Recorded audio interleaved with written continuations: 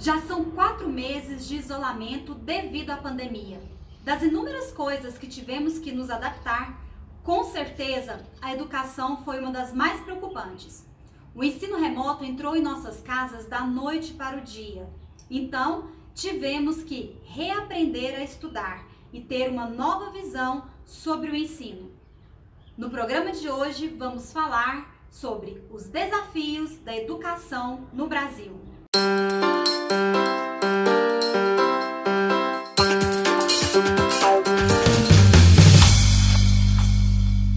Professora há 24 anos, formada em Letras e Pedagogia.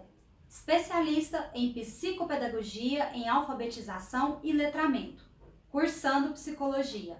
Funcionária pública há 12 anos, trabalha no Centro de Psicologia da Secretaria Municipal de Educação de Anápolis. Eu converso agora com a professora Luciana Pina. Seja muito bem-vinda ao nosso programa Mundo Mulher Insight. Obrigada, Luzilene, obrigada pelo convite. A Luciana é professora do primeiro ano do ensino fundamental, né? Seria o que? A alfabetização, né?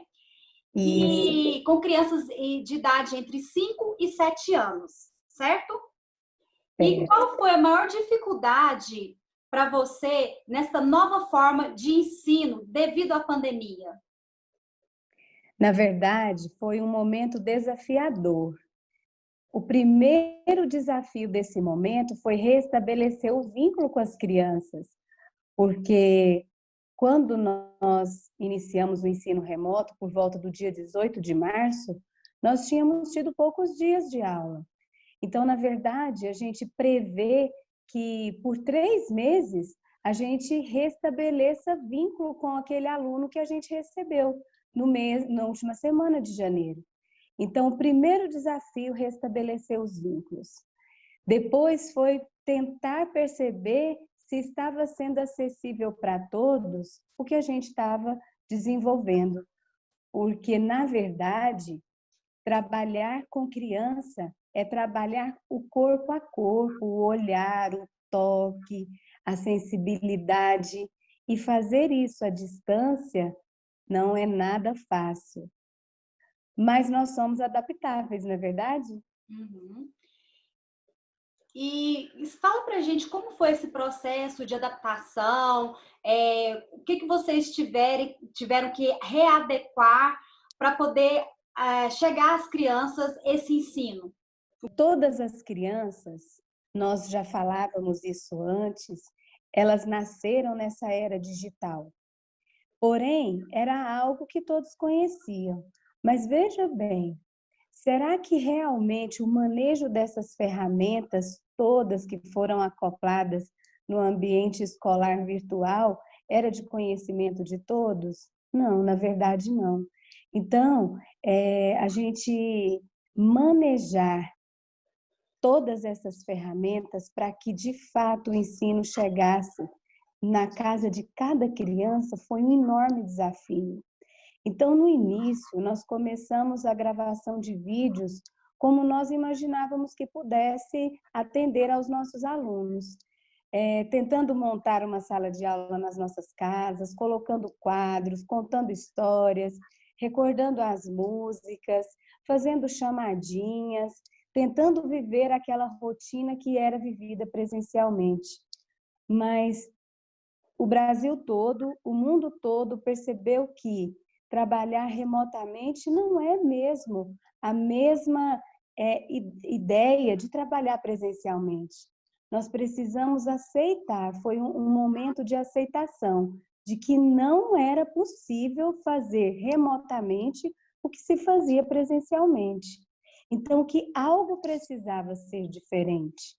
Então, foram pequenos passos dados, cada dia um novo aprendizado, percebendo como que o aluno reagia, percebendo que, principalmente, a minha realidade, que é a alfabetização, Luzilene, foi imensamente desafiador, tem sido, né? Mas eu percebo que aos poucos, nós estamos nos adaptando, porque o ensino remoto, ele é um ensino emergencial, ele não é um ensino à distância. Então, é uma emergência. O que é possível ser feito? Então, dentro dessa ideia do que é possível ser feito, cada dia a gente redescobre uma nova maneira de acessar esse aluno que, na verdade, por mais que esteja distante, ele está tão perto de nós, né? E a gente pode avaliar que durante esses 3 meses, né, de ensino remoto, uma das coisas que eu percebi, como mãe até, é que teria mais dificuldade para o professor ter o retorno dos alunos, porque são 4 horas de aula diárias, né, de segunda a sexta, e no ensino, na aula presencial. E no ensino remoto, no máximo 1 hora de aula online, né? E alguns vídeos, né, curtos. Então, assim, como mensurar o retorno da criança quanto à aprendizagem no ensino remoto? É, isso não é algo simples, não é uma tarefa simples, né? Mensurar ter essa percepção que você diz, mas é tão incrível o contato do aluno e do professor, e durante as aulas ao vivo, a gente tem a oportunidade de retomar até o olhar dele mediante da atividade que ele está fazendo. Eu vivi algumas experiências muito interessantes, aluno que subia em cima da mesa, desce daí, é perigoso, né? Vivi a experiência de alguns alunos, eu posso ir ao banheiro, eu preciso apontar meu lápis. Então, assim, parece que estava tudo tão próximo, sabe? Eles envolveram de uma tal maneira que até mesmo para pedir para ir ao banheiro durante a aula ao vivo, eles fizeram, né? Essa frase, ela aconteceu por várias vezes. Então, por vezes, daqui eu percebia que ele estava escrevendo no lugar errado, ali no livro que a gente estava propondo a atividade, e aí, fulano, você não está no lugar certo, volta para cá, coloca o dedinho aqui, olha aqui para a tela, eu vou mostrar para você aonde eu estou. Então, o vínculo de um professor e de um aluno é muito profundo. A gente consegue ter essa devolutiva dos alunos, sabe? Por mais que tentamos algum tipo de avaliação diagnóstica para poder sondar como as crianças estão, esse pequeno contato a gente consegue verificar um pouquinho de como que está acontecendo. A gente pode afirmar, não parou o processo de ensino-aprendizado. Talvez nós não vamos ensinar tudo o que está no currículo e que a criança não vai aprender tudo o que nós tínhamos o objetivo de que ela aprendesse, mas que ela está aprendendo outras coisas. Ela está tendo outros olhares para esse momento. O que você poderia citar, então, como um ponto positivo nesse novo método de ensino? No Brasil, por muitos anos, talvez décadas, né? Acredito ali, década de 70, 80, nós havíamos tido diversas discussões sobre a importância do ensino digital, da importância dessa inclusão digital nos ambientes escolares. E até hoje isso é um paradigma. Por mais que nós tenhamos escolas equipadas, ambientes virtuais dentro das escolas, na verdade, essa inclusão digital ela nunca aconteceu como deveria verdadeiramente. Eu acho que o grande ganho desse momento que nós estamos vivendo é incluir essa, essas ferramentas digitais dentro do ambiente escolar. Nós fomos impulsionados, né, a manejar isso agora.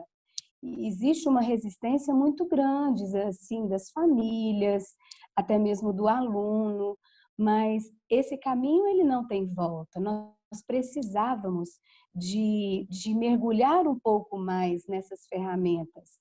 Então, eu penso que um grande aspecto positivo desse ensino remoto é o nosso manejo das ferramentas digitais no ambiente escolar, independente da idade.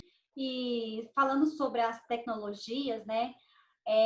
até você como trabalha tanto na rede pública quanto na rede particular, a gente sabe que existem inúmeras diferenças, né, na estrutura, né, do ensino particular e do ensino público. E como que o professor ele lidar com essas diferenças para que o conteúdo seja dado, né, e para que essas diferenças sejam minimizadas, a fim de que os alunos consigam aprender.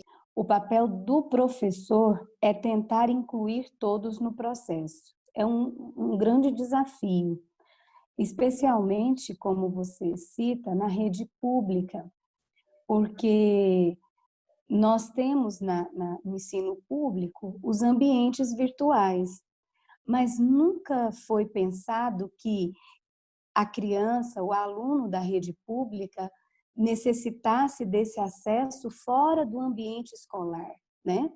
Então, é preciso que haja um entendimento profundo que, infelizmente, as famílias vulneráveis, né, a pouca condição de acesso a uma internet, ao próprio aparelho de celular, a um tablet, a um computador, essa criança ela vai estar em prejuízo. Na rede pública não são as plataformas como na rede privada está acontecendo. Na rede pública o acesso mais possível é pelo WhatsApp, são aulas gravadas e enviadas pelo WhatsApp, grupo de pais, né? De uma maneira especial, o nosso país vai ter que pensar em novas políticas públicas para que o ensino seja de qualidade, para que esse momento da pandemia ele não venha, né, selecionar pessoas como nós lutávamos tanto para que não. E a gente também não pode esquecer que ainda tem as crianças com necessidades especiais. E aí, como trabalhar isso no ensino remoto? É um desafio profundo, né?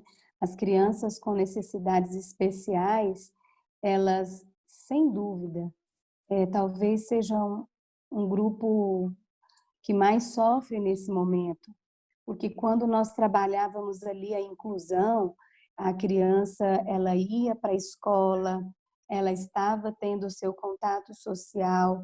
Agora, mais do que nunca, essa criança está dentro de casa, né, com o recurso apenas das famílias. É um momento em que a nossa fragilidade humana, ela vem de encontro também à fragilidade do nosso sistema.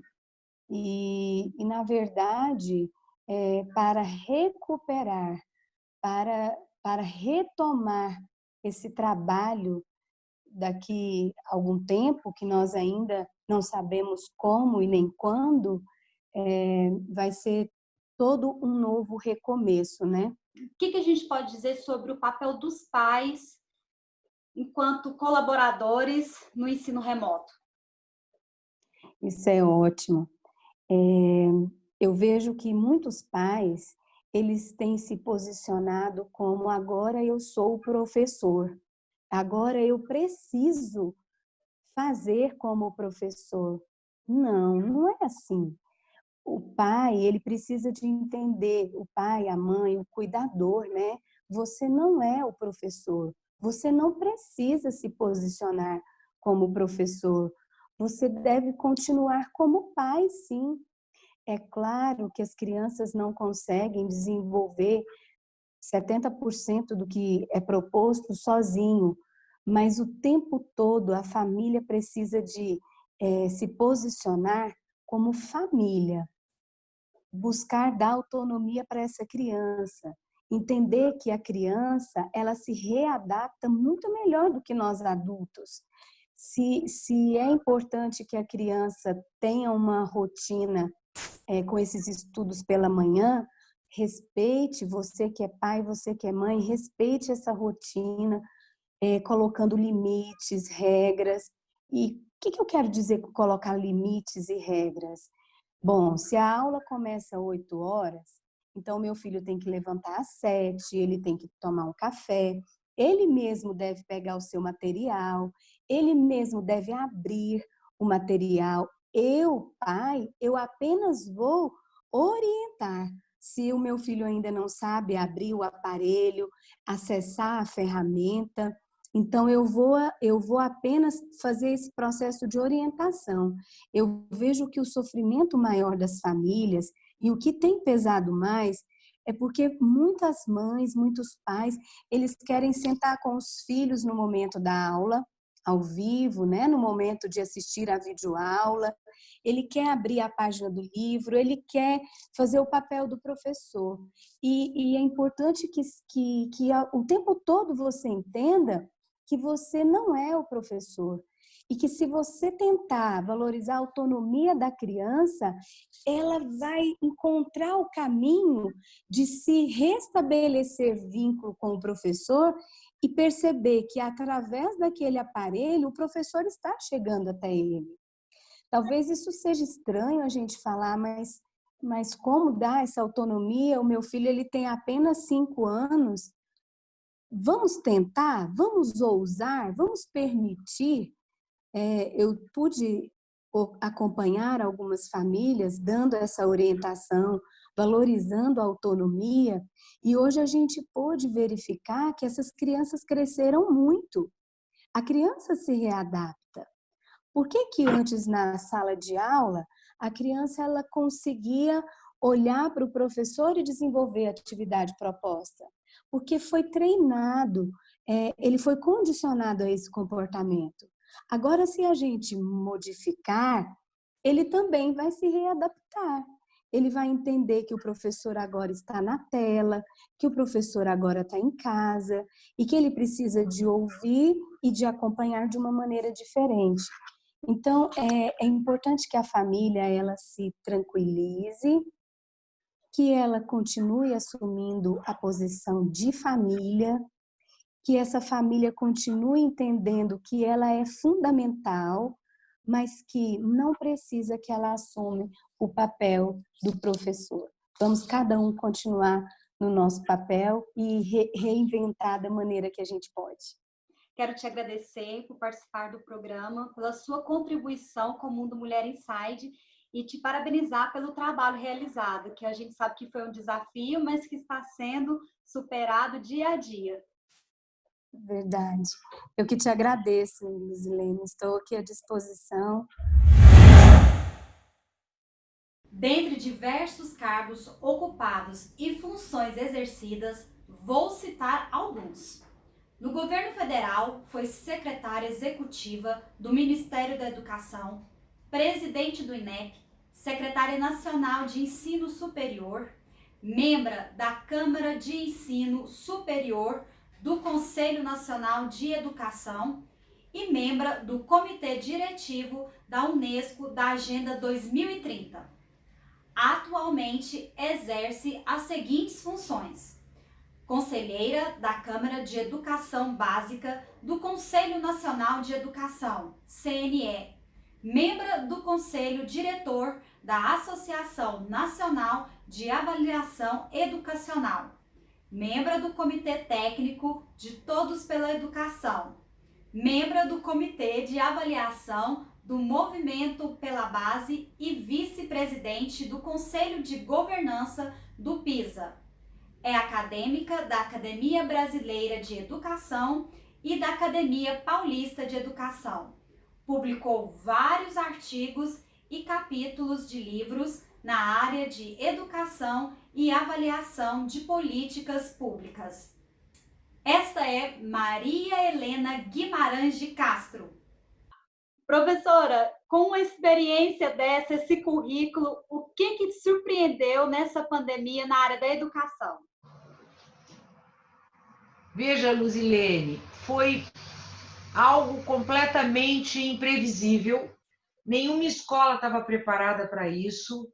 Ninguém podia imaginar que de um dia para o outro todas as escolas do Brasil iriam fechar, os alunos iriam para casa e as escolas teriam que preparar materiais para encaminhar para os alunos, seja por meio da internet, televisão, rádio, enfim, telefone celular, WhatsApp, redes sociais, material impresso, enfim, foi algo completamente imprevisível, inusitado. Então, tudo me surpreendeu. Eu acredito que nunca nós tivemos uma mudança tão rápida e tão repentina na educação, nas nossas escolas, porque foi de uma hora para outra, né? E é importante lembrar que o mundo, né, a história da humanidade, está repleta de exemplos que nas grandes crises surgem mudanças assim muito impactantes, importantes. Por exemplo, o livro impresso, né, surgiu no século XV, depois da peste negra, né? Então, eu acredito que essa mudança ela terá impacto de longo prazo na educação, não será apenas uma mudança para enfrentar essas dificuldades momentâneas do ano de 2020 e 2021, porque em 2021 nós com certeza ainda teremos que continuar mantendo aulas presenciais e não presenciais, né? Então é isso, é muito imprevisível, é muito difícil para os nossos professores, para os nossos alunos e para as famílias, mas estamos enfrentando, e eu acredito, com muita inovação e criatividade.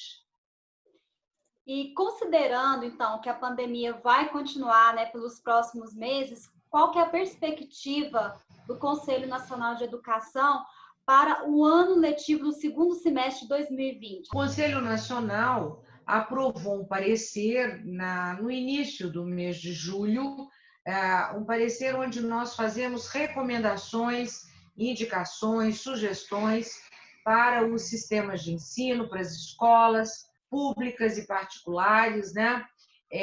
Desde a educação infantil até o ensino superior, com indicações sobre como as escolas poderão se preparar, como elas podem planejar o retorno às aulas, mas sempre respeitando a autonomia dos estados e dos municípios, porque os estados e municípios eles têm autonomia, né, na Constituição brasileira, eles têm autonomia plena em relação aos seus sistemas de ensino. Então, o que nós fizemos foi definir uma série de orientações, recomendações para apoiar a tomada de decisão no nível local, nas escolas, nos municípios, nos estados, né?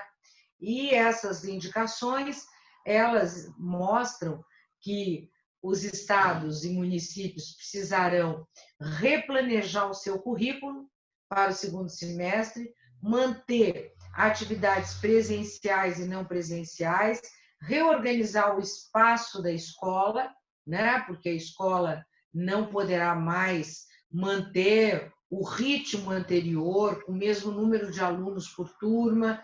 Então, é preciso ter uma série de cuidados sanitários que estão definidos nos protocolos sanitários e nos protocolos dos estados e municípios e observar as orientações do Conselho Nacional em relação à questão pedagógica e do replanejamento do calendário. Inclusive, nós indicamos a possibilidade de um contínuo curricular 2020-2021, né, para as escolas que não conseguirem completar o currículo 2020 até dezembro desse ano, o que eu acredito que vai acontecer. Então, essa é uma das maiores dúvidas dos pais, né? O ano letivo de 2020, ele está validado, né? Ele será cumprido com toda a sua carga horária? Olha, Lucilene, de acordo com a lei, é preciso cumprir as 800 horas, né? A lei estabeleceu isso. Para a educação infantil, não.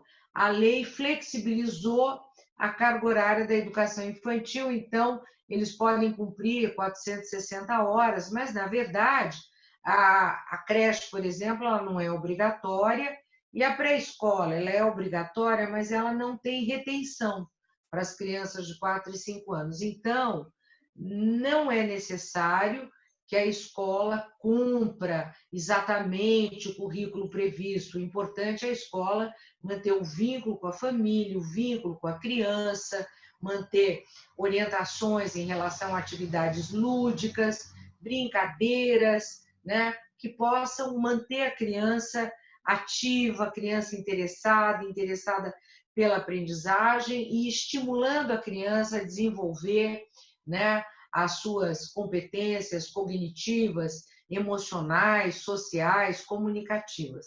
No caso dos alunos já do ensino fundamental e do ensino médio, as escolas estão fazendo atividades não presenciais que são computadas no calendário. Então, essas atividades, elas obrigatoriamente são consideradas no cumprimento das 800 horas, né? Então, agora, com as escolas retornando no segundo semestre, provavelmente as escolas farão um replanejamento curricular, destacando as competências que são as mais essenciais para o aprendizado dos alunos até o final do ano, com uma grande ênfase na leitura, na escrita, no raciocínio lógico-matemático, na comunicação, né? E eu acredito que as escolas provavelmente conseguirão cumprir pelo menos 80% dessa carga horária prevista de 800 horas. Com a possibilidade das escolas iniciarem 2021 antes da data prevista, por exemplo, as escolas poderão começar o ano, o calendário de 2021, em meados de janeiro, lá pelo dia 15 de janeiro. E assim as escolas terão condições de cumprir, né, aqueles conteúdos que, porventura, não tenham sido cumpridos no calendário 2020 e depois as escolas começam efetivamente o calendário 2021. Claro que isso precisará ser acompanhado de recuperação das aprendizagens, né? E de um trabalho que alterne aulas presenciais com atividades não presenciais, complementando as aulas presenciais. Eu acredito que todas as escolas no Brasil estão trabalhando nessa direção, né? Algumas escolas públicas estão fazendo um esforço muito grande, inclusive já com atividades pela internet. Escolas particulares, praticamente todas, já estão fazendo um trabalho pela internet. Então, eu acredito que esse ano será cumprido dentro do possível. Eu quero repetir aqui uma frase do diretor do PISA, da OCDE, o André Schleich. Ele diz assim, olha, nesse cenário de pandemia, a competência mais importante para nós realmente desenvolvermos nos nossos alunos é a capacidade de adaptação, tanto dos alunos como dos professores. Então, interessa menos se o aluno aprendeu ou não o conteúdo A ou B. Interessa mais a capacidade de todos os alunos e dos professores em se adaptar a esse novo cenário, ao uso dessas novas tecnologias, a definição de novas estratégias de aprendizagem. É isso que importa. E quando a gente analisa essa situação da pandemia, a senhora já deve ter falado muito sobre isso, ouvido muito sobre isso, a questão das diferenças que foram acentuadas, não só em relação às diversas regiões do país, que a gente já sabe que tem, e também já estava trabalhando para minimizar essas diferenças, mas também em relação às escolas públicas e particulares. E agora, aumentou o desafio com essa pandemia, com esse período de isolamento? Vamos ter que repensar novamente outras estratégias para diminuir essa diferença? Ótima pergunta, Luzilene. Eu creio que sim, né? As desigualdades educacionais já eram muito grandes dentro da rede pública, né? Quando nós comparamos os resultados de uma escola com a outra, nós já observamos uma enorme desigualdade educacional, independente delas serem, elas são todas públicas, mas dentro da própria escola, dentro da própria rede, dentro do próprio estado, dentro do próprio município, as desigualdades são muito grandes, né?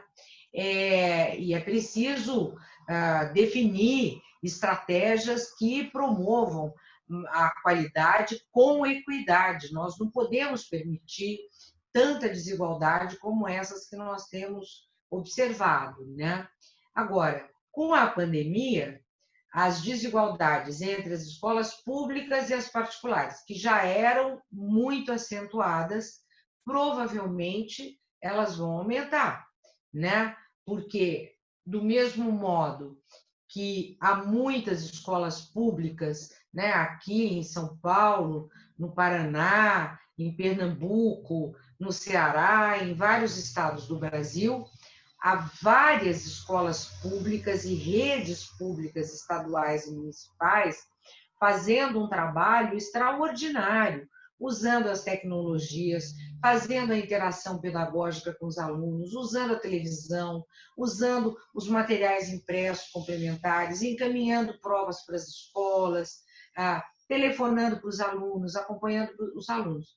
Mas isso, eu diria, não é a realidade geral do país, né?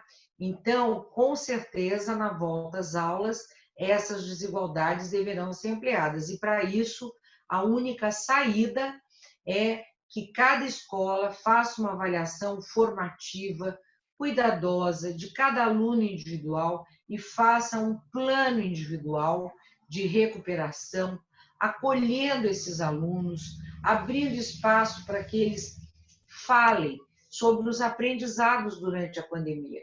Né? Os nossos alunos também desenvolveram novas competências, novos aprendizados, né?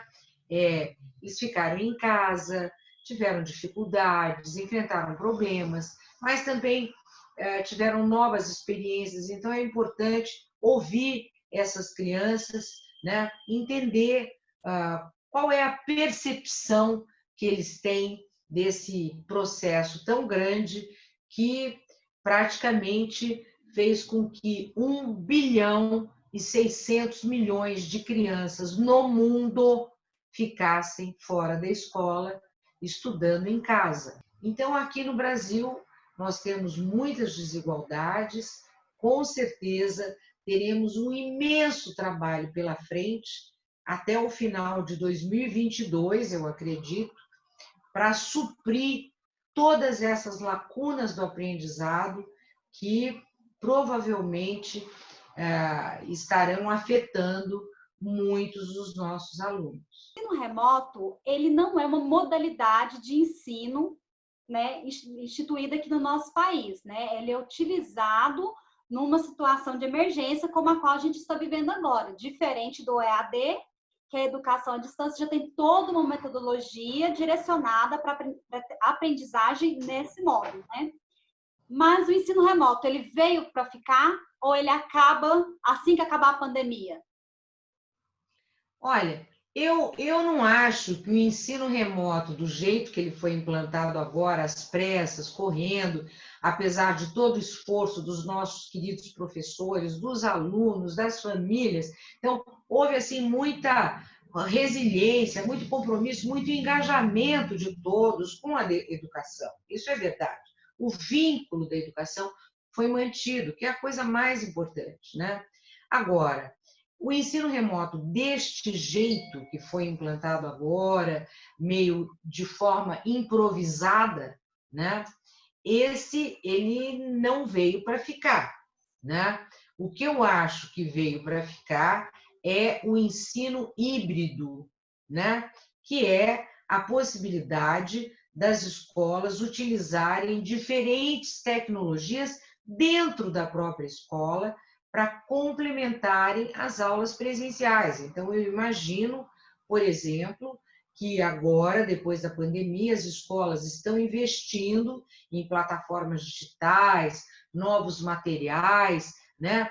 Uma série de recursos importantes para a melhoria das aprendizagens e para apoiar o trabalho do professor, eu acredito que esses recursos, como a aula invertida, né, como o uso das plataformas digitais, metodologias ativas para usar todos esses recursos, projetos de pesquisa entre os alunos, né, que valorizem a colaboração no grupo, né? Eu acredito que tudo isso vai passar a fazer parte de uma nova escola pós-pandemia, de uma nova escola, de um novo repertório de escola, que eu acredito que aí sim veio para ficar, né? Provavelmente as tecnologias elas entrarão muito mais fortemente na rotina das escolas do que foi até agora, né? E para isso o grande desafio é a formação dos nossos professores. Eles precisam ter uma formação continuada, contínua, né? Porque por trás do uso das tecnologias está o bom professor que garante a qualidade da tecnologia e o uso dessa tecnologia para melhorar a aprendizagem. Então, o professor é a figura central para o uso das tecnologias e para a melhoria da qualidade. Eu acredito que isso veio para ficar e a formação dos professores nessa direção, porque os professores não estavam preparados para usar as tecnologias, eu acho que isso será permanente, um grande desafio daqui para frente. Muito obrigada, professora Maria Helena, por participar do nosso programa. Obrigada, Lucilene, foi um prazer falar com vocês. No programa de hoje, tivemos opinião de duas especialistas em educação. É muito importante discutirmos esse assunto, pois em breve as aulas vão voltar, presenciais ou não. Então agora a gente já tem uma ideia de como serão os próximos passos do ensino aqui no Brasil. Quero agradecer a você que está nos assistindo, agradecer vocês que estão nos acompanhando, curtindo, mandando mensagem pra gente nas redes sociais. Participe conosco, entra lá no YouTube, no Instagram e no Facebook, deixe a sua mensagem. Venha viver seu mundo Mulher Inside. Tchau, tchau!